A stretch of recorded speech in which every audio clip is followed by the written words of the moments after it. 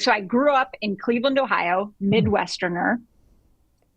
I'm one of 7 kids. Whoa. I'm the oldest. Yeah, yeah. So oldest girl, so second in line.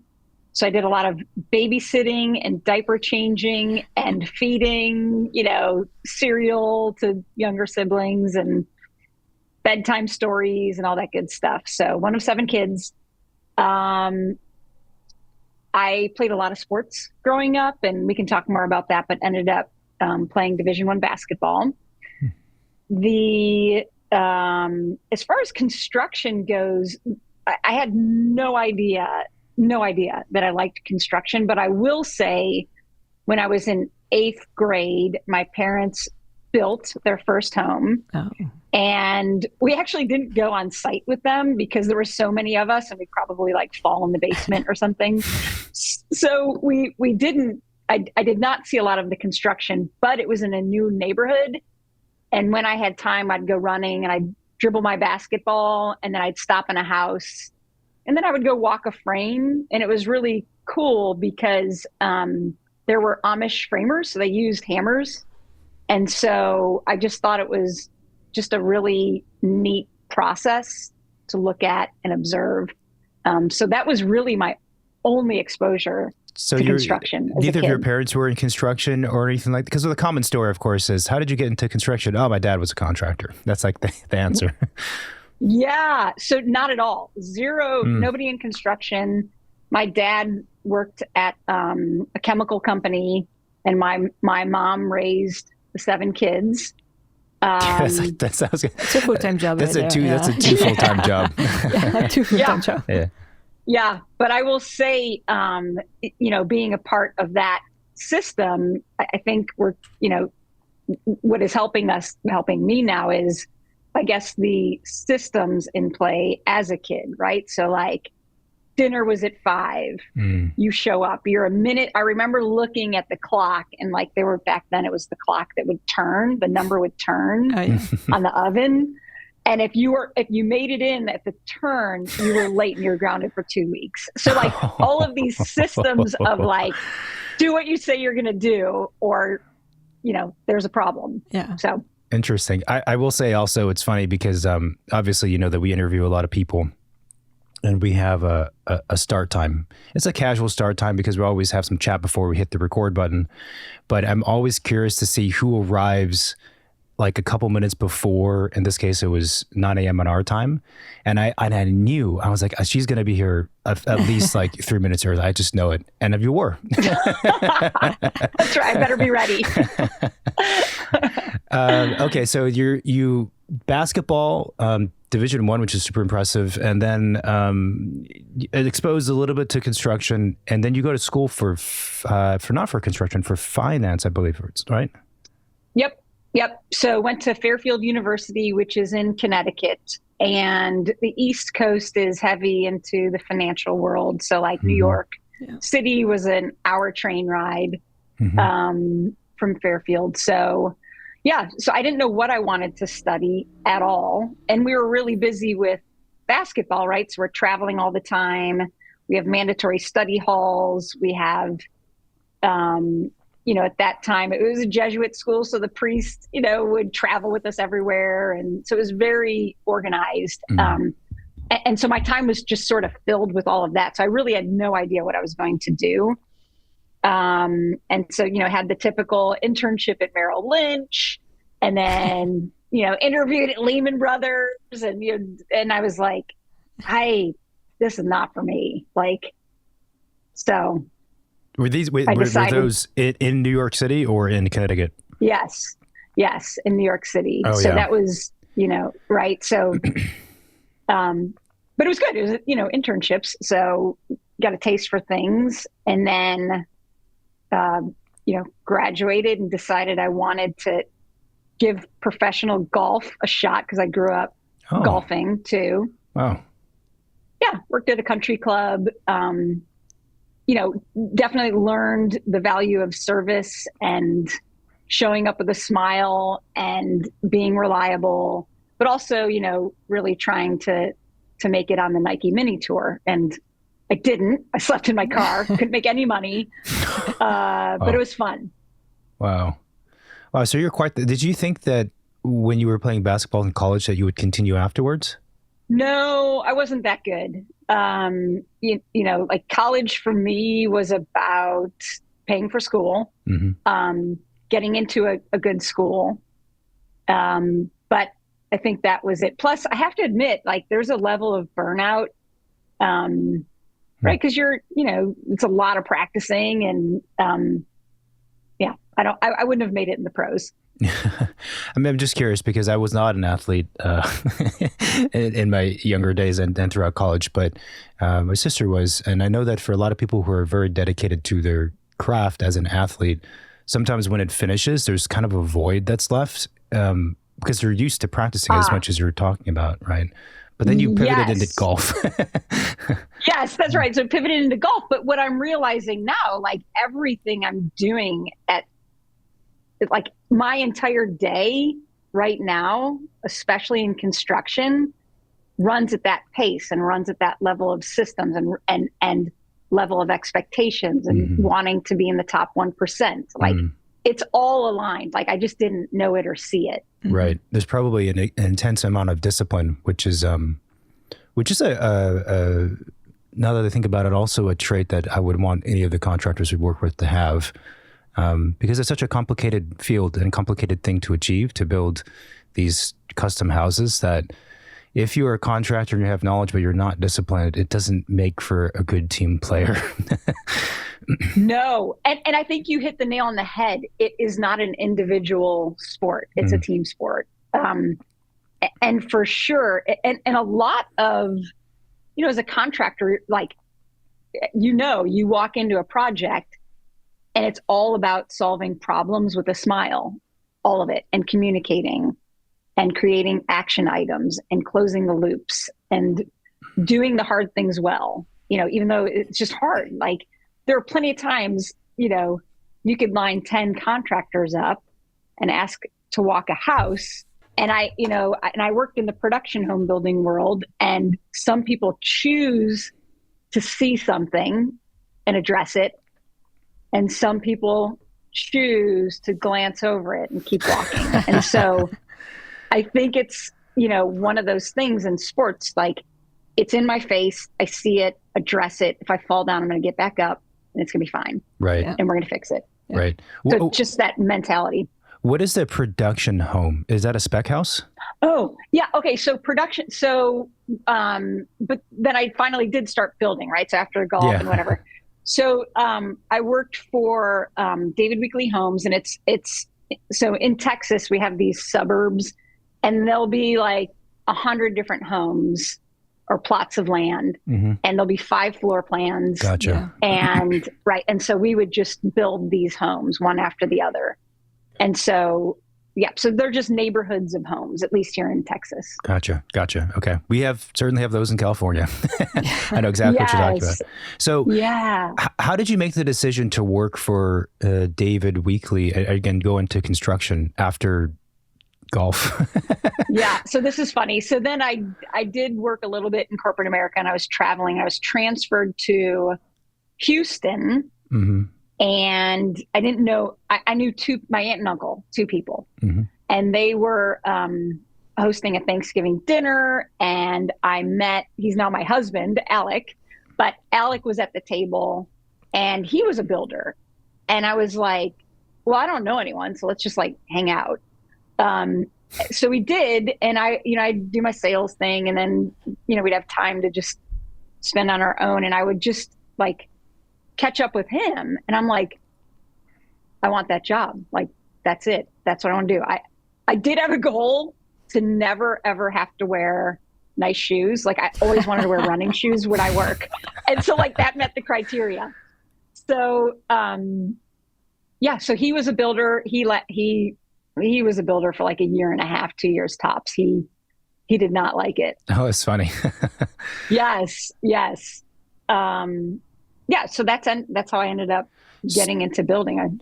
So was there, based on what you can recall, was there anything specific about what you learned about what your to-be husband did as a contractor, as a builder, that you found so alluring, where you knew that this was going to be a path? Yes. I liked the idea of wearing running shoes. wearing running shoes. I liked the idea of showing up every day and learning something new, which is construction, and they have this great program. I like the idea of being outside and on the move. Like my entire life was, especially in sports, as you're learning and moving. Like that's what you do all day. So I liked that idea. I love the idea of immediate feedback, whether it was good or bad. But I loved the idea of like, today, this wall is sheetrock. Tomorrow, we see a baseboard. Okay, but wait, what's going on with this baseboard? Why isn't it level? Right? So there's always a constant getting better to the job. So I like that part. And then the other part too I love is the people doing the work. I so admire the time that they've put into their craft. And it's just so much fun to huddle up with these individuals. And a lot of, half the time they don't think they can do something and they just, right. And so it just takes a few people to support, like, we can do this. Like, let's just figure this out. And just like to see the growth there with people, because people like to stay in their box as good as we get, as good as, like the box is comfortable. And so it's fun to see, a little bit of stretching every day. I like that. I think you're right that even the folks who, like yourself, or the people that you have as subs and as craftspeople, everyone has. I think it's human nature to want to stay within the box, and it's sometimes a challenge to fight that. But I think, to your point, that's when it's very useful and necessary to have good people around you to positively push you outside the comfort zone on certain days, especially. But it isn't, even for us, we don't do construction, we're architects, but there's always that underlying feeling of, but this is more comfortable if I do it this way. And then you have to remind yourself, no, but it's not really what we're here to do. Yes. Yeah. And I will, like, the level of architects that we're exposed to, truly, when I think about how much I get to learn, and like even the depth of knowledge in each of their own specific expertise, we're exposed to these great architects and they all think so differently. And like the amount of information, like we just get to be a part of and watch the architects maneuver and listen and replan and work through something with a carpenter or even a painter, right? Yeah. Like it's just like being a part of all of that forward movement. It is like, every day is an awesome day. Like literally, it's like every day is so happy. I was going to ask like you. The only builder I know who would say that. I'm super excited. This is great. We might have to move to Texas just so we can work together. It's in the Kool-Aid here. Well, jumping forward, based on what you just said, Miranda, do you ever do work outside of your local region, or is that really hard to do as a contractor? So as a contractor, there are companies that do that work outside of the area. For very special projects, we will go about 90 minutes or so, because that's where the trades, the people that we work with, are willing to go. Yeah. But the other part of our business is consulting, and so in that respect, I do get to work with people outside of Texas. So we do consulting. We also do virtual consulting, because for like industry professionals or anyone in home building, because there's a real thirst for trying to understand this whole process. If we can help, like you're doing with your podcast, if we can help in some way try to identify an issue quickly or align a team with some insight, then we're doing our part on this planet. I love that. Yeah. And we're in alignment on that for sure. As you know, yes. Well, I spent a lot of time talking to, I guess you would call them potential clients or folks who are trying to do a project and they've never done it before and they have a million questions. So we'll spend the time to answer them and point them into the right directions. And I always tell them, I say, look, if we work together, that's great. But if we're not the right fit, either on our side or your side, it's totally fine. I just want to make sure you understand generally the rules of the game here. So whatever kind of path you go down, it's at least in the right direction. Because as you know, so many people, when they don't know anything about this whole process, and it is a complex process, these projects take a couple of years. And let's face it, a lot of contractors practice in different ways. A lot of architects practice in different ways. And it's very easy for a client who's never gone through the process to end up going down a path that causes a lot of headache because they just didn't know and they weren't able to compare apples to apples when choosing the right professional and all these other things. So I'll agree with you. As long as as long as the people we're speaking with end up going down a way where the project ends up successful, then I'm happy. Because it bums me out when we frequently hear about clients who are partway through a project and they've had a really tough time. It makes me, my head shakes. Exactly, because we know the difference, and if and we learn every day. And I love your model, which is give first. Like that's the name of the game. Like give first. Like if you notice something, help guide them, which is exactly what you guys are doing. Trying to. And I do want to talk about the consulting in a little bit, but sticking sort of with the narrative. So you worked at David Weekley for about 3 years and you broke off and started your own company. And I'm always curious to know what leads a person to do that because it is very different. Working successfully as ex-professional for another company is extremely, extremely different from having your own business. So how did that transition take place? Okay. So when I started at David Weekley, my intention was to learn. So, and I also knew that we wanted a family. And so, part of my thought process was,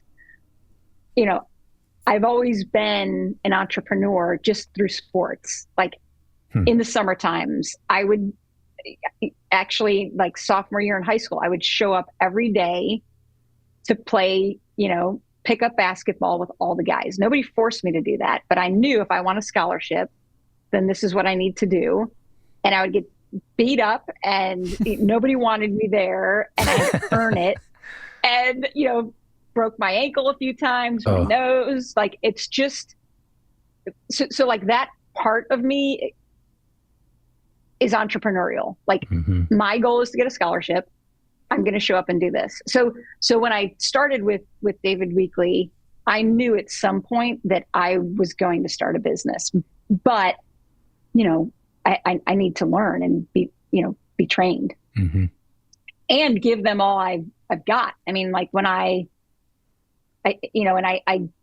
did a great job for them because they have a great training program, and if you show up and do great work, then it's a win-win for everybody. Yeah. So what was your role when you were there? Were you like on site using the hammer and like framing houses? Were you managing projects? Like what were you exposed to all of the types of positions and trades? What was the training like? Okay. So I was hired as a superintendent. So, so I was the one, doing the scheduling, hiring the trades, building the home, checking the work. And I reported to a project manager. I was the one out there, kind of orchestrating everything. Yeah, that's a great position to be in. So when you first got the description from your future husband of what a contractor does, and then you got like to, actually work on a construction project, were you surprised by anything or it was kind of like what you were expecting? Also, you're a woman, So I'm not sure what it was, again, I don't know, back then, being a woman, being the super and telling all of the guys on site to do like whatever they had to do. Yeah, that's a good question. Yeah. So luckily, in high school, I had gone through that kind of feelings being hurt, but I have a goal. Yeah. And so that was really, really good training. And then even in college, we played guys all the time. So I just had a lot of exposure to earning my keep. And so luckily when I got into building, I noticed it. Like, here's a funny story. There's, do you remember the walkie-talkies, Nextel walkie-talkies? Oh, yeah. Okay, so it's like a walkie-talkie, but kind of a phone, and everybody hears everything. Okay, no. So so like there was this one guy, and he was probably in his 60s, and he would radio in and he would say, "Irwin," and I'm like, "Irwin?" What's that guy's name? I'm like, "Irwin," and he kept calling me Irwin, and I'm like, "No, it's Erin. Irwin. We got to report on a foundation. I got to talk to you. Blah blah blah." And my husband, so I was just used to it. I was just like, it doesn't matter. I have a job. I need to get an answer, so I'm going to get the answer. I don't care what he calls me. And my husband was standing next to me, and he goes, "What? Like, what did he just say to you?" And now he literally calls me Irwin to this day, Alex, my husband. So to answer your question, yeah, like I think, luckily, none of that really affected the way I thought. I was surprised. Here are some surprises. I was surprised that, like, when somebody said they were going to do something and they repeatedly didn't do it or made something up or lied, like that was so foreign to me. I was like, yeah. And like, there's this thing where people get used to that response in building. Yeah. And I was like, I cannot operate like this. Like, we're not going to do it this way. And so, but then, I think we had a level of respect for each other, and then they would show up because I was like, don't lie to me. Just tell me the truth. I can handle the truth. Yeah. But if you're not going to be here, just tell me. Yeah. And it was like a foreign conversation. Now, granted, this was like 20 years ago. Mm-hmm. I don't know if it's still the same, but that was definitely a surprise, like, to me. Like, how do you get any work done if people aren't telling you the truth? You can't do anything. Yeah. we were laughing, but also frustrated about that the other day with like consultants we work with, when people just don't follow through. And I'm always left perplexed because, I think probably the same as you. I just don't comprehend how that works. I mean, sometimes people are busy and they forget stuff. That's not what I'm talking about. Right. That's different. Yeah. And others also, I do wonder, I'm like, but how do you even stay in business? How do you even get clients if this is the way you do things, I know. It's a good question. Yeah. I don't know. I don't know. It's not us though. Yeah. Not us. So when did you make the decision of going on your own? Yeah. So then I got married to Alec, and, and I was pregnant, and then I still wasn't sure, like, even to the day, our daughter was born, I wasn't sure whether I was going to go back to David Weekly or start something new. Mm-hmm. I had like 6 weeks off to just soak it in and try to figure things out. And just, that was the point. Alec was working, so we had a dual income. So yeah. I took a little bit more time and thought through, okay, if I were to start a business, how would it look? And so ultimately that was the turning point where, I wanted to figure out how I could be, we have 5 kids. So I wanted to figure out how I can, I don't think balance is the right word, but like spend as much time with my kids as I do with the business. And that's why, for me, it took a long time to grow, because I wanted to have the alignment like the entire way. Integration. Yeah. Mm-hmm. Gotcha. So was it your first kid was born and that's when you were making the decision to go off on your own, or was it Wow, that's okay. bold. Yeah. That's impressive. Yes. That's encouraging probably for a lot of people listening, to be honest. And it made sense, right? Because for us, Alec had an income and I could try to figure this out. And so it was just, a bathroom remodel and then a kitchen remodel and then, just little things, bit by bit. And then of course built a few spec homes. And now this is like 2008, the market crashes. Great. Yeah. Right. And, right. And so we had 2 homes on the market. We had drained through our savings trying to keep these, paying these loans for the homes for about a year. We had just built a home and and so that was a point in our lives where, and we had just had our 4th kid, like 6 months before that. So like it was a lot of stress. Alec was laid off from his job. Like it was just like the perfect storm. Okay. Yeah. Yeah. Right. So we have 4 kids, drained through our money, built a house, sold that house, finally sold the spec homes. Alec doesn't have a job. We go buy a smaller house and we're like staring at each other like, okay, is this what, having your own business looks like? Like, how do you get out of this? And that was the point in time where, so before I met Alec, he had cancer. So he had stage 4 cancer. So he had seen real life flash in his eyes. Like, so he was very clear. And he said, here's the thing. I said, what do you want to do? Like, do you want to go back to work or what? And he said, Erin, when you look at life, like really look at life or death, you're really clear. And he said, I want to be with the kids. So we said, okay, great. We need to put a plan together here. Because at that time we had been, splitting duties. And then, so we came up with a plan where, all right, I'll focus on the business.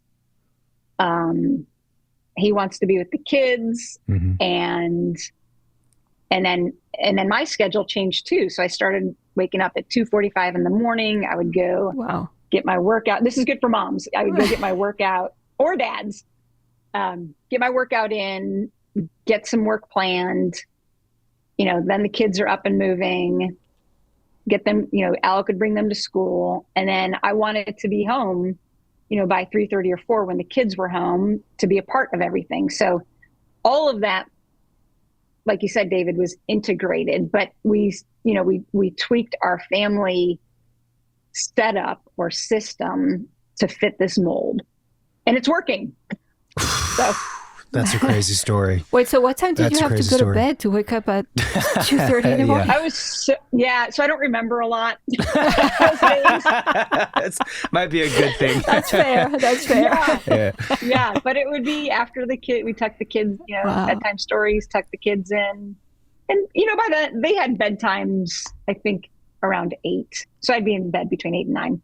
Gotcha. Okay. So it's like a solid like 5.5, 6 hours, which is not too bad, but still that's hardcore. No. Yeah. Well, it's not like architecture school where you guys keep the lights on all night. There's definitely a severe lack of sleep that happens only in architecture for those school. who don't have systems. Yeah.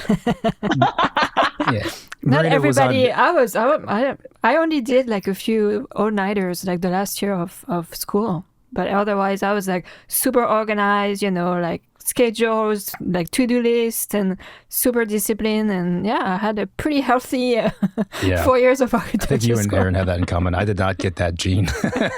Well, I've heard you talk too about big firms versus small firms. Then, if you're at a big firm and the project manager, you're forced to do an all-nighter because it's part of the process, that process. So, I mean, that's such an incredible story.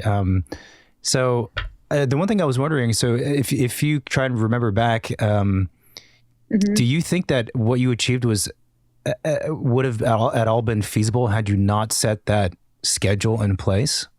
That schedule and that kind of work-life integration plan that you guys made? Yeah, it definitely, like that plan gave it just gave, at least for Alec and I, clarity on it's, when you work really, really hard and sometimes you're like, what's it for? Yeah. Well, yeah, this was the opposite. Like we got really, really clear on we're going to work really hard on our family and we're going to work really hard on basically our roles. Like I've got to get this business off and running. He's got to make sure there's food on the table, and carpool. And so it became so much easier to be tired and not care, or to get that, budget turned in by midnight for something. It just became easier to work really hard. Yeah. Interesting. How long do you think it took for that system to start like paying off? Like when did you see kind of like your luck show up and things to pick up? 10 years at least. Wow. Yeah. Wow. So 2008 to 2018-ish. Yep. It was just, how much can I learn from people? How can we make sure that the kids' needs are being addressed? Like when they're little, it's immediate. Yeah. Really just making sure I'm meeting the right architects. Like the whole thing in my head is top 1%. I want to be with the top 1% of whatever I'm doing. So a lot of like going to architects' offices and say, listen, you don't know who I am because I'm not in all the magazines. And if there's something I can help you with, I'd love if you could, send it my way and I'll give you feedback. Like I want nothing. I just want to give you something for feedback. Mm-hmm. And so, we just did that. Like we bid on projects and totally understood that it was a matter of just putting information in front of people. Mm-hmm. And then what we found for all the builders out there is because of that effort, like we're all human. So, I mean, think of how many times you're like, gosh, that person like keeps showing up and they actually like are doing the work. Like we should throw them a bone just to see. And that's what happened. So they would, an architect I wanted to work with would say, hey, we have this remodel. It's not a huge project, but would you be interested? Mm-hmm. And I would say, yes, let's go. So, and then, we get a chance to work together. And now we have this relationship where, we're learning a ton from the architect and the designer, and they're happy because we're actually creating results that they want. We're reading the plans. We're asking about details, right? Like all the things that you should be doing. The plans, yeah. Yes, that's a big deal, as you know. Like, not everyone reads the plans. Yeah. It always amazes me. I'm like, do people think that we just draw plans to make ourselves like happy? Like, I would be perfectly fine drawing less things, honestly. I know. So I have a sincere appreciation for you guys because. Here's the thing, like in building, it's all new, right? There are things we've never done every day. And to have a roadmap and a guide from an expertise from people who know how this works. And all we have to do is follow the roadmap. Like that's it, right? It's on the plans. Yeah. So anyone listening to this, please read the plans. Yeah, right. Because you are creating the details and they work, and you're open to conversations that maybe it's interesting when trades, we huddle up at a team meeting and, there'll be a roof flashing detail and the roofer might bring up something a little different. Mm-hmm. And it's really nice when architects are like, I didn't see it that way. Yeah. Like, maybe we should look at that. Yeah. Yeah. Yeah. That's one of my favorite parts of the process, to be honest. Really? Yeah. Because it's, you gain more experience as you go on, but it's getting to talk to the subs or the people who are doing like the very specific work, like day in, day out, and have done this thing, this Eve detail, 100 different ways on 100 different projects. I haven't done it 100 different ways on 100 different projects because we have what we do. And by getting to talk to someone who knows their craft really well it's just helpful. And if it ends up being the same as what we drew, great. If it ends up being different, then that excites me even more, honestly, because then I'm learning something. It's great. Cool, Yeah, that's awesome. The 10-year timeline is such an intense thing to hear, and also I think, like I said before, encouraging for a lot of people who have their own businesses. And then, of course, I was thinking, okay, 2008, 2018, then pandemic hits. It seems like every 10 years there's some kind of, pretty much on the clock, every 10 years there's something that happens with the economy or otherwise. Yeah, you're right. That is how it works. Yeah, but the longer, it's just like your business, the more resilient you are, the better luck you have. Yeah. The more conversations you have and more opportunities that show up. So I'm a huge believer in just, keep learning, keep growing, keep helping. Things tend to work out. Nice. Was there, between that timeline of, when everything crashed in 2008 to let's say where you are now, in all that time, was there like one or a couple projects that stand out in your mind as being sort of a turning point, where when you either were awarded the contract or maybe completed them, you felt like, okay, this is significant and this could signify us turning a corner and starting to do consistently, bigger, better work? For sure. Yeah. So there was one project, and it was the architects are out of Seattle, Suyama Deguchi Peterson, and they specialize in Japanese contemporary. Oh. And so I got a call out of the blue, someone who had heard of us.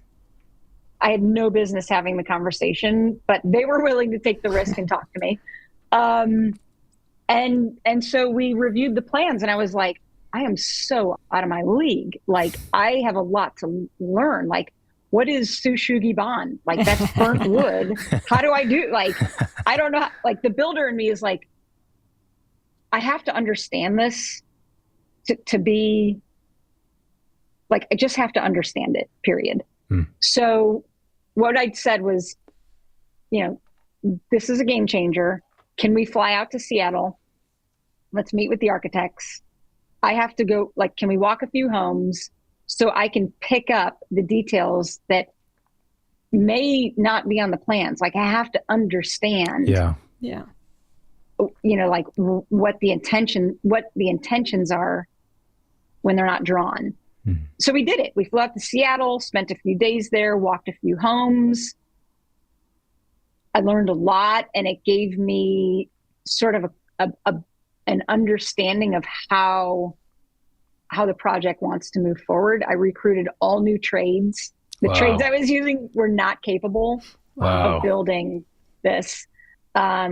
We burned our own wood because at the time you couldn't buy Sushugiban. Now you can, Delta Millworks in Austin, you can buy it. So we got our torches out and we learned how to burn the wood, and we're brushing, like me and the homeowner, right? Like, this is like so crazy.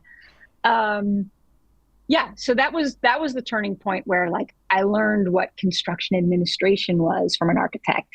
I learned that if I make a phone call to an architect, the owner is going to get a nice fat bill. I learned that everything I do and say has meaning.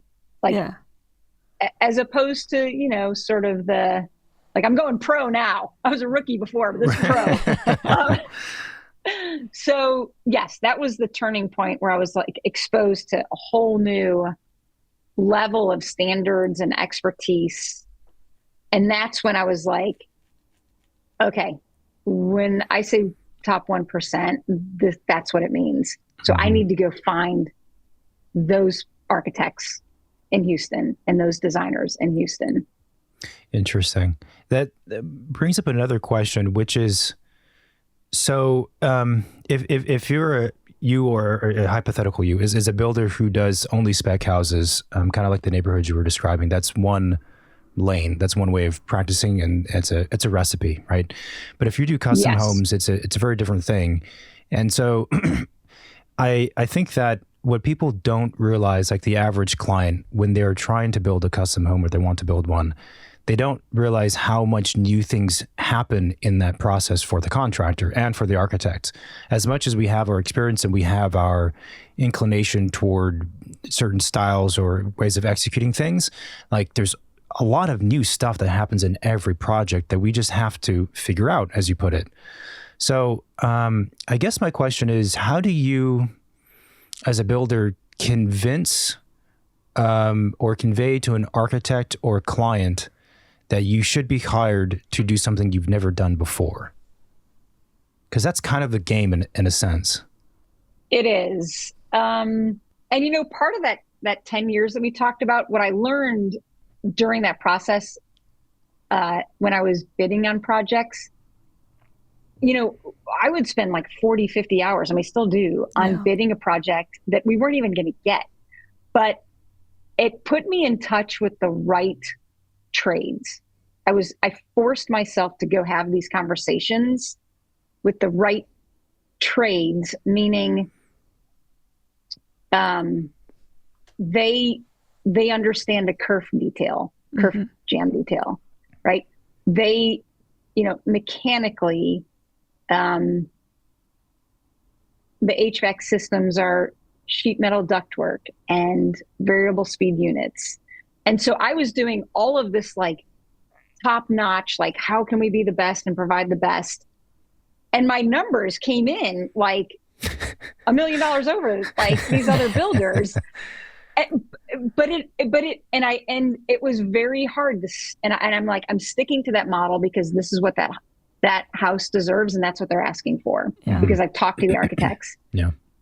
And what I learned was, I just have to keep showing up, telling the truth, not telling the truth, but I have to keep showing up with a price that is aligned with the expectations. Yeah.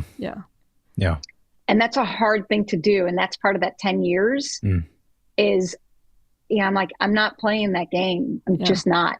I know the game. Yeah. But then, then you start building a few homes, and then people know that when we're having a conversation, it is a potent, factual conversation. Right. Yeah. So I forget the question. I don't either, but I like the answer. Okay. All right. We'll run with it. Yeah. That's great. That's great. Because one of the things that we're always conveying to clients as well is that, if you choose to bid out a project to 3 to 5 or whatever number of contractors, there are what would appear to be obvious advantages to that for a client. But the reality is it just doesn't work, because it's almost impossible for two bids to be, that's, how do I put it? Like accurate to the same degree. It's very, very improbable, even if you have two contractors who are trying.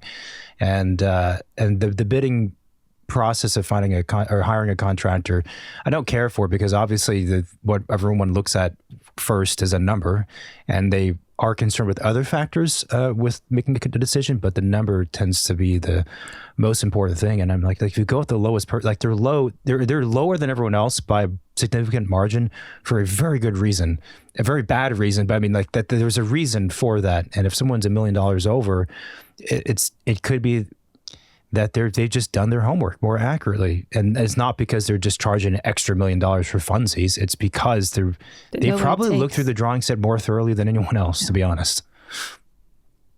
So I'd love to hear how both of you actually love to set a project up for your clients. Like, what do you find to be the best recipe? Yeah. So, in the last number of years, and actually at this point, almost I think every single one of our projects, we don't have clients bid out to different contractors. We encourage them to bring on a contractor from the beginning to perform pre-construction services. And you probably know, but basically it means that the contractor is available and accessible to provide estimates maybe like once or twice during each design and drawing phase, and then schedule estimates, updates rather, and then constructability feedback throughout design and documentation. And the idea is that, you're assembling the team earlier. It also means when it comes time to get the final price of the house based on the final CDs, the construction documents, that final number is going to be fairly close to what we expect it to be, because we've had maybe half a dozen estimates leading up to that point. Instead of traditionally, it was the architect doing all of the drawing, all the designing, sometimes all the permitting and all the construction documents. And then only after that, you send it out to, like I said, the 3 contractors. And it's only at that point does everyone, meaning everyone on the team, including the client, realize what the price is. And it just never works, right? The number is always too high. And a lot of projects die because of that. I can't tell you how many times I've heard from clients, colleagues, and other people like, oh, so-and-so neighbor, they bought this property, they spent tens of thousands, hundreds of thousands on the architect, and then they realized they couldn't afford the project. And that's just a silly thing. So pre-con is kind of... is basically the best that we found to work with a contractor and ensure that projects are that. It also helps them run much more efficiently in construction, to be honest, because it's just. Yeah. I mean, they get familiar with the drawings and the design throughout, rather than having to look at a thick set and try to understand, like, what was the intention behind this? Like, we've made the decisions together throughout the process, rather than, us architect doing our thing, and then here, contractor, here's the set, good luck, go build it. Like, it's more of a collaboration. And sometimes contractor will have great suggestions, like, oh, maybe we could use that material instead of this. It'll be easier, be simpler, be faster. And those are things that, we might not have been aware of. So there's a lot of pros. I think it just makes sense. And I'll add real quick that it also doesn't mean that client is stuck to using that contractor for construction. Obviously, the client can fire anybody at any point in time. And usually with a lot of the pre-con contracts, it's understood that if the client wants to pivot and bid it out or use someone else when it comes time, they can do that. It rarely happens because you've built trust, and oftentimes it's a contractor that we've recommended. And then the last part of it is that we perform pretty serious construction administration, and those are the key things. Yeah. Yeah, I love that. Yeah. So, but again, it's a lot about educating, I think, the client as to the do's and the don'ts and the benefits, because, I think we found too, and I'd be curious to hear from you, that a lot of folks think that, especially, honestly, some of the really smart clients think that they can somehow like hack the system, and they found the magic shortcut to making it, 15%, 20% faster and cheaper with high quality. And I don't believe that shortcut exists. It's about just being diligent, responsible, honest, thorough, detailed, all the like kind of classic stuff you're supposed to do at a high level. Then that's when it runs the most efficiently. But there's no, I haven't found any kind of magic solution to just. And we usually talk budget super early on with the client, because you're right, it is about setting expectation. We tell them we could be very creative. We can work on like small budget and make it interesting, and big budget, but still be super efficient. But if you want something that's really expensive to build, but you want to spend a third of that, we can, change dirt into gold. Like, there is just so much creativity that we can use before we don't have the superpower to make that transformation. So it is a bit, about, just being honest with your expectation and open in the communication. Like, if the client is withholding information about how much they really want to spend, that's not going to work, because we need to know. Mm. So what do you do when a client comes to you? And so, like, what I've learned is it could be a kabillionaire, and there's always a budget. Yeah. Or, right. And so, and then there truly is like a budget. Mm-hmm. How, when people come to you and you have that budget conversation, and really, you're creating this home on paper and the vision. How do you address the budget? Like if they say, "Oh, I want to spend X amount per square foot," like how do you guys handle that from the start? Yeah, so we have a questionnaire and we have conversations with them before we do any drawing to get a sense of, as best as we can, their actual goals and how much fuel money we have for the project. But if it's in, as long as it's within the United States and it's not like a completely foreign country, we have a pretty good sense of cost per square foot as a baseline. So if someone tells me, the other question we started asking is, if you were to think of this house you're going to build as a car you are about to purchase, what kind of car would it be? Now, it's a great question, except for the fact that everyone says they want like a Ferrari, but in reality, they're only willing to pay Honda prices. But we try to understand like their goals. And then if they tell me, yes, I want a house that is going to be like the things I see in the magazines by these offices, or this Ferrari level house, and my budget is $500 a square foot, and I have a hillside property in Los Angeles, then I'll say it's not possible. I wish it was. I wish construction wasn't so expensive. I get it, but it's not possible.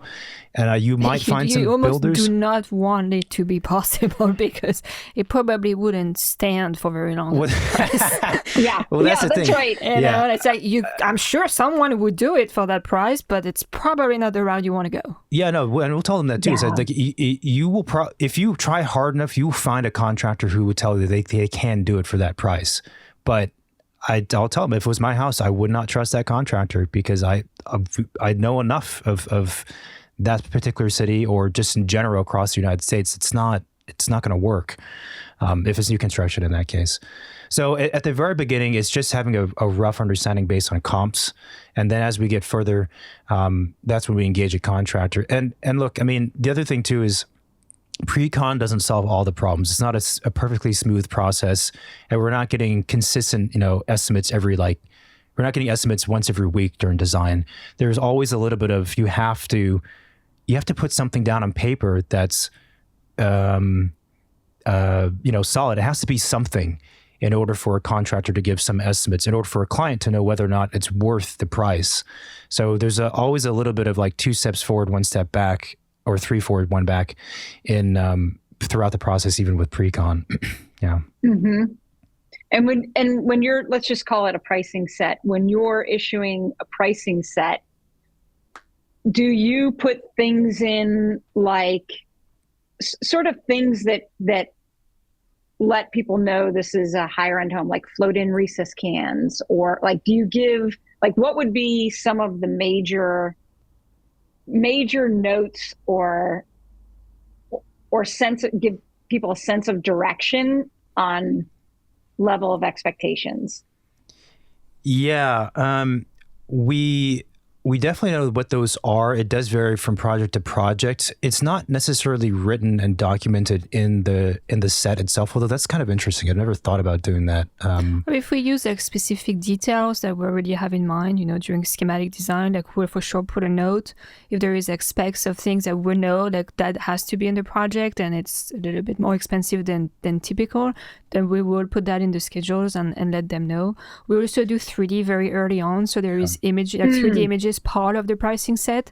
We put a label, those are just for visual references. Do not use that to build or do any takeoff from, but just so they can kind of get a better understanding, because again, 2D drawings aren't always showing everything, and it's a kind of a tricky, brain exercise to go from an RCP to a plan to a section to a site plan and understand like what happens in between those sheets. So 3D is a big part of it. And when we are on board a contract, or even just for pre-con, the first conversation, usually we do kind of a little bit of a few meetings with the client, and we show reference images of, maybe the design direction we're thinking of going in, or the level of architecture that we're trying to accomplish.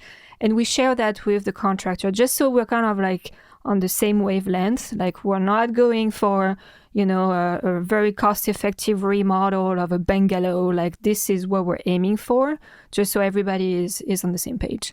Yeah, but I don't know. Your question is a good one. I think that what we generally do also during the, let's say, schematic or design development, when there is a lot of heavy 3D in both of those phases, like we will point out to the client and say, this is great. This might be a thing that needs to be revised slightly depending on what the numbers come back. And we also know at that point, we know the clients really well. So we also know which things they're not going to budge on. And it varies. Sometimes people are like, I will spend an extra large amount of money to have this door and window system from this company, which for other folks, they would be like, that's crazy. I'm not spending that amount of money on the window package.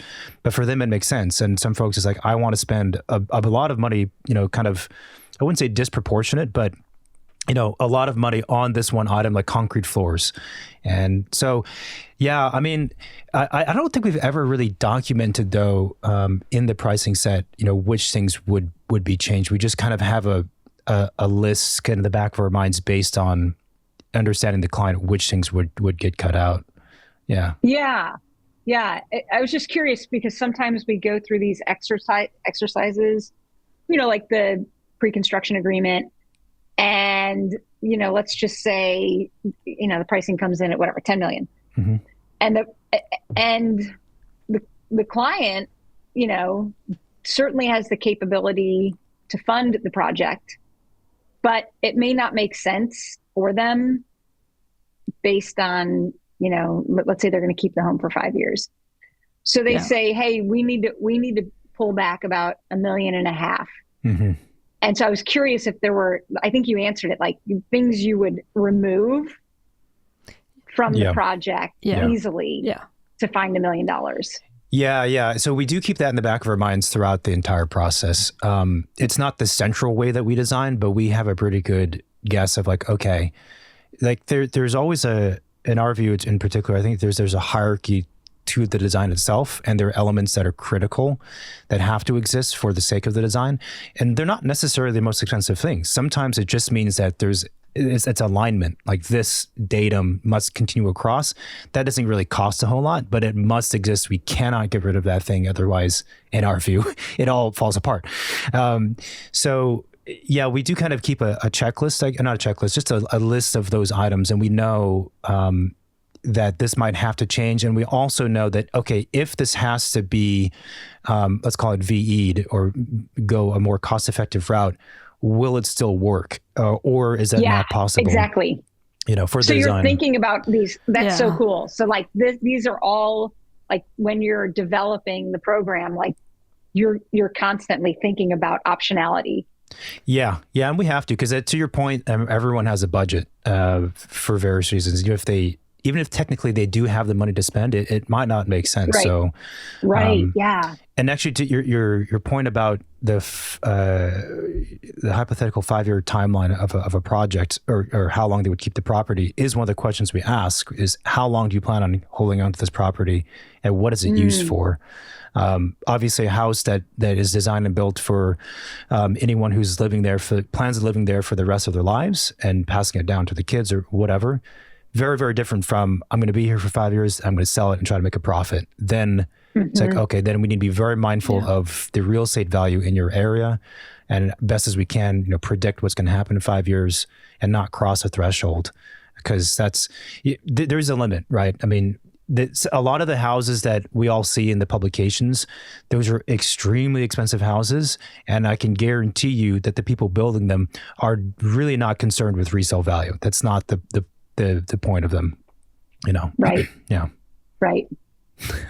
I'm not quite sure what happened here. We're supposed to be asking you questions. I gotcha.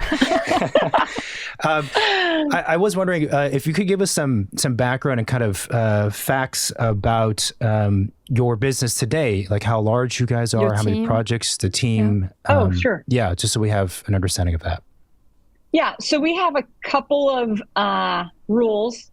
I don't know, I guess I'd call them rules, but project managers, 2 projects at a time. That's the the max.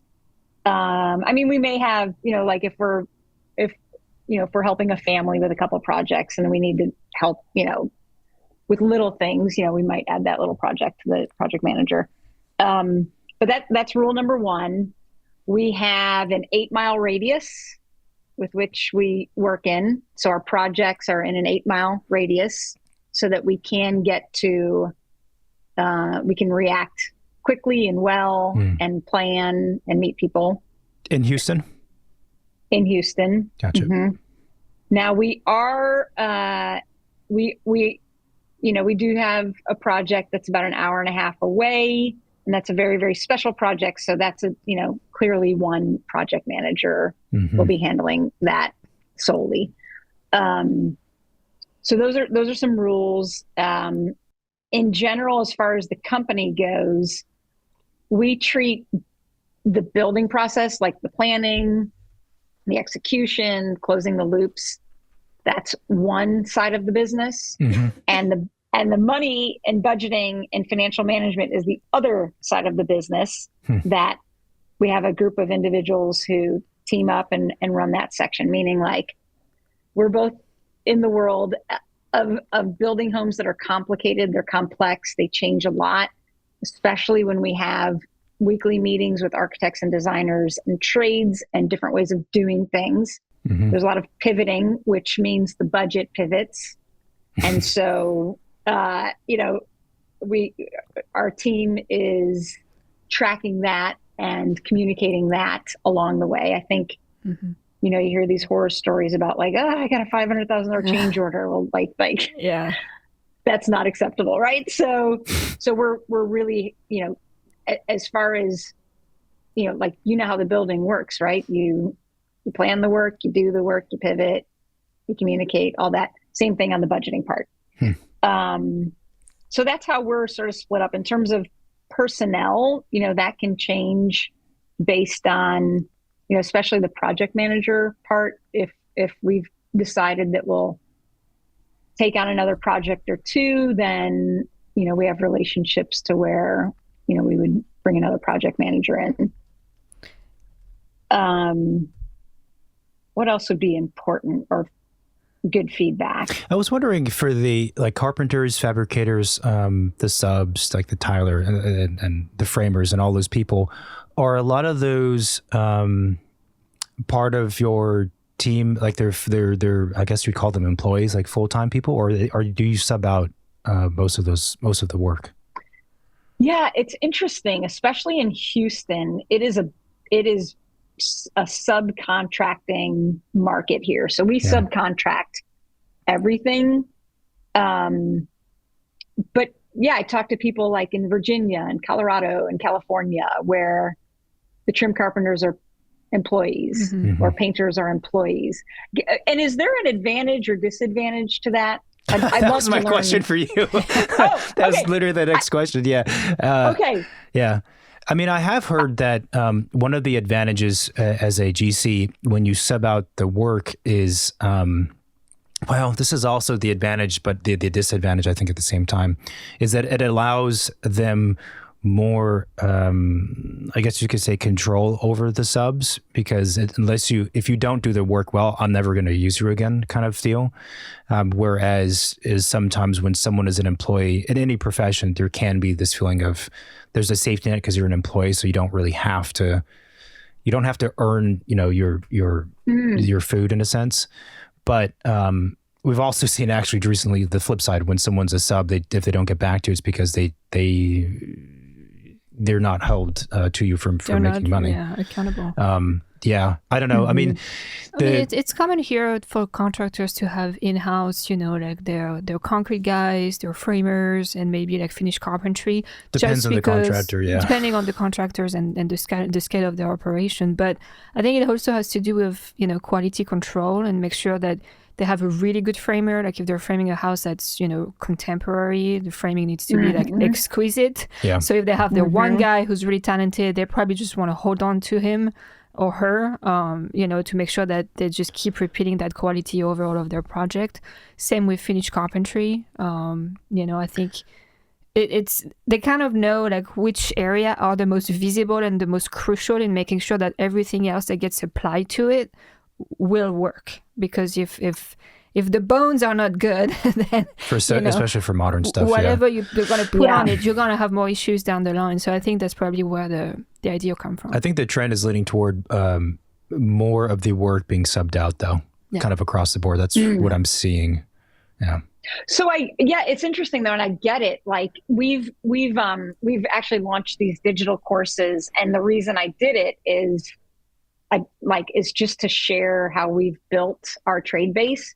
And so what we've done, it addresses, I think, the some of the issues. So we have micro teams, right? So they're still subcontractors, but my electrician, HVAC person, and plumber, they've known each other for years. And so they actually operate as a little company together. So like before we start mechanicals, we all huddle up, frame is up. We're going to walk through each room, and people are going to talk about where they might have conflicts with each other. Meaning, right, if we have a plumbing sewer line running here, but I've got to get some sheet metal ductwork through here. Let's, as a little micro team, figure out our solutions together so that when we start, we're all on the same page. Yeah. As opposed to production building where it's nobody likes each other. They just want to get in and get out. Like they don't care about anyone. They just want to do their work and get paid. And so it's been an interesting process. And I constantly, like we have scorecards on our trades, and they have the same for me. Like I want that feedback. Yeah. Erin, you were a week late getting me a detail. That's a problem. Right. If they're begging for details and I'm the holdup. But then the other part is, was their bid accurate? What were they missing that they knew they were missing and they should have told us? Like nobody likes surprises. So we go through these scorecards and develop teams, and these are essentially the same teams that we use on all of our projects. Yeah. Even if they're subs. Yeah. That's often what we find too, especially with contractors who have a bit more experience, right? They've built up.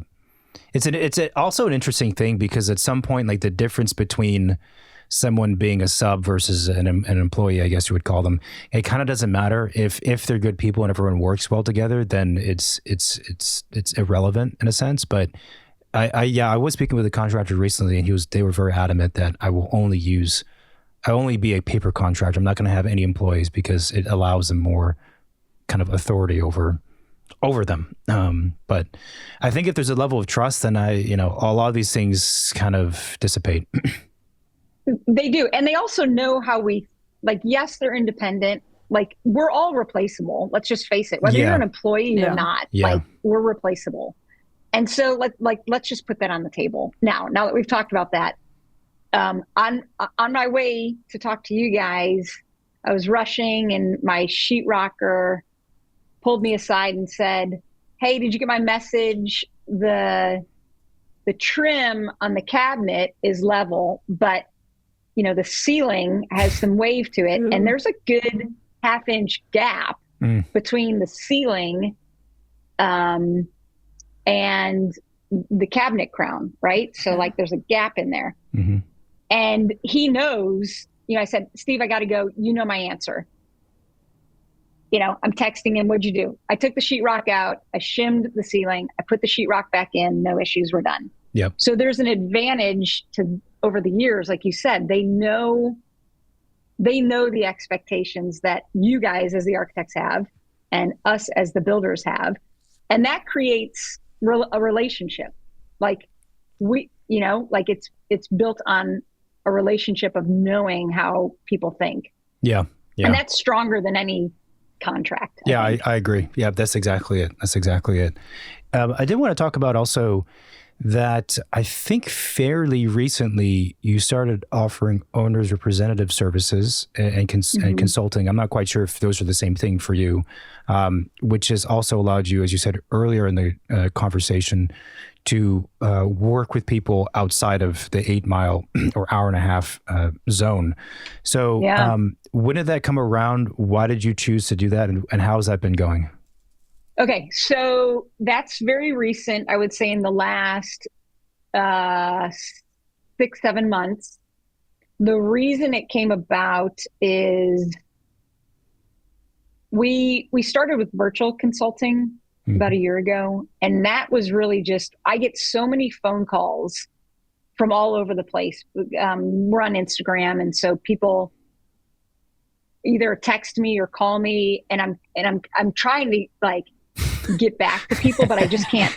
I can't, right? Like, too many. Yeah. So I said, okay, I've got to organize this. Like, if it's something that's really important to someone, they can go to the website, they can schedule an hour with me. We can go through whatever they have going on. It could be a scenario where it's not going so well with the contractor. What do we do?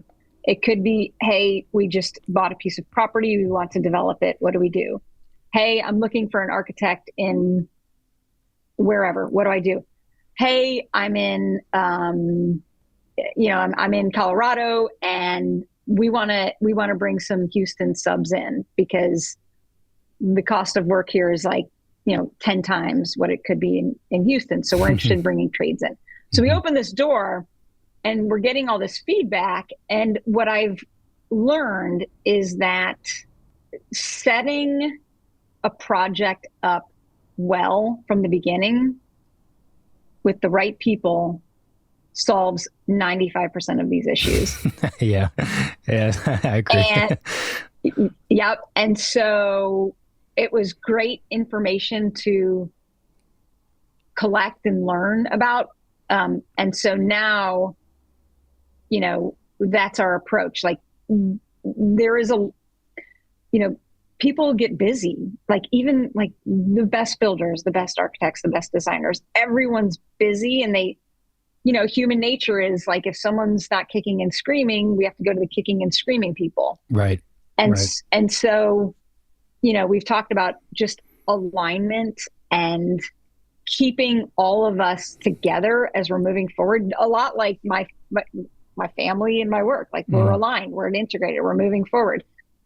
And it's as simple as, weekly communication or getting the project set up well, meaning like, hey, we bought a piece of property. We need to find the right architects for this. Architects may not be in Houston. We need to find them. So those are the clients we're working with right now.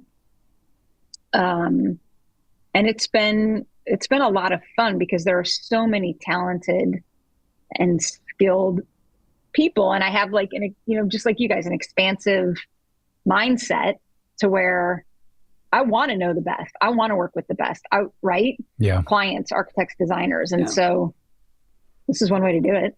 Yeah, interesting. So you're sleeping even less these days then, right? What's that? You're sleeping even less these days, right? You know what? You're kind of right about that. But so here's the thing though. So the kids are getting older, right? So we have, we have 3 kids in college and 2 in high school. So they're getting older, and, so there's more time to do things like this. And they can help you with the business now, which is good. What's funny? You're right. So the boys clean homes in the summertime. Oh, that's great. Yep. And I think, even our team members, their kids, they're in college running spreadsheets, and, social media is a big thing. Yeah. And so there's plenty that we need help with, that they can help. That's great. So talking about the social media presence, because you do a very impressive job on Instagram. I don't know if you're on other platforms. I'm not on anything else except for Instagram, so I wouldn't know. But yeah, you are very impressive in terms of, the quality, the consistency, the content, like everything. It's great. When did you start putting out content like that, and why? Okay, so when I would say maybe a year or 2 ago, to where I was actually talking, what it used to be is I've always been so fascinated when I walk into a home to watch how things are put together by the experts. Mm-hmm. And so a lot of it in the beginning was just like taking a video, but I realized people didn't like interact. There was, they're like, well, why are you taking a video of that? Like, I don't understand what's happening here. Because it's cool, obviously. What do you exactly. I know. And then I think also, I think like I always wanted other people to talk about what they were doing, but they wouldn't. So I'm like, okay, well then I'm just going to talk about this because this is super cool and I like it. And that's all it is. I literally walk into a home. I give someone my iPhone. We walk the home. We shoot a few videos. It's part of my day. It doesn't take any extra time. And it's just a matter of, sharing things. And we found that people actually like it. They like seeing the behind the scenes. Yeah. Well, you're super good at it for sure. I mean, I follow plenty of related accounts in construction and design and whatnot. And, not everyone is as good on camera, for better or for worse. And sometimes you can tell folks they're trying so hard to be casual, but it's just sloppy, or they're trying hard to be polished and it's too awkward, which is not necessarily their fault. It's just difficult, but you do a really good job. Well, thank you. It doesn't come across like authentically natural and not like awkwardly natural. Like you're pretending like, I just got my coffee and now I'm here. Like, I believe yeah, that is actually your coffee. You actually are drinking it, It is. I'm running in. Yeah. That's right. It's like, here's a camera. So, but thank you. That's good feedback. And I hope it's helpful. Not helpful, but helpful and maybe, I guess, entertaining a little bit or a little bit of an escape for people. But it's much like you doing your podcast, right? Like that's a certain level of communication and conversation flow and so you guys are super awesome at podcasting. Thank you. There's the magic of editing and post that we have the advantage of. Well, we actually don't trim that much. So, that's true. We don't trim that much. Yeah, it takes practice. Yeah. You do a great job. But I'm also wondering then through the Instagram, you guys have taken off in terms of popularity for sure. Has that helped your business? Because I do know, like for plenty of architecture offices and contractors, they're wanting to know the answer to that question. Yeah, I think for what we've seen is, when you meet someone and you're just familiar with their voice or the way they talk or whatever. And then you get more familiar with them. It's almost like in terms of the business, it's easier for people to just pick up the phone and say, hey, Erin, we're thinking about building a home. Could you catch up? And it's almost like they're already in the flow of working with each other. Yeah. So that's one thing we've seen. I think the other part too, which is great for, architects, designers, and builders, is to just share the product, right? Like share how you think, share what's important to you, because that helps people align with you as well, right? So like if I'm looking at a shower detail, it will be very intentional as to where I'm going to put that plumbing valve, and it's going to be, smack in the middle of a grout line centered in that shower. But that's the expectation of you or wherever you want this. But that's also my expectation. And so if that aligns with how people think, then it's easier to have conversations because they can sort of get in my head and there's less worry. And even on the front, we talked about pre-construction agreements. We're not even pricing homes and we're under contract because I think they just know a lot more about how the business operates and how we operate. Yeah. I love that. That makes total sense. We are coming up on the hour here. This went by incredibly fast, which I knew it would, but it actually went by faster than I thought, which is a great sign. Which is good. So that means we'll have to continue the conversation. But the last question I have is, we usually ask architects like what their favorite building is. And I suppose, Yeah, I'll ask you the same thing. It doesn't have to be a project you've done, but just any building out there. What would be your favorite? Yeah, it's so funny. I don't have any favorite buildings. My favorite like things that come up in my head is when I'm like when we go out to dinner tonight, I'm going to notice like how the brick joints look, or like, is that the right color? You know, if the name of the restaurant is on the brick and it's painted, like, is that tone? Does that feel right to me? So it's more of like the everyday moments that just like I get so excited about.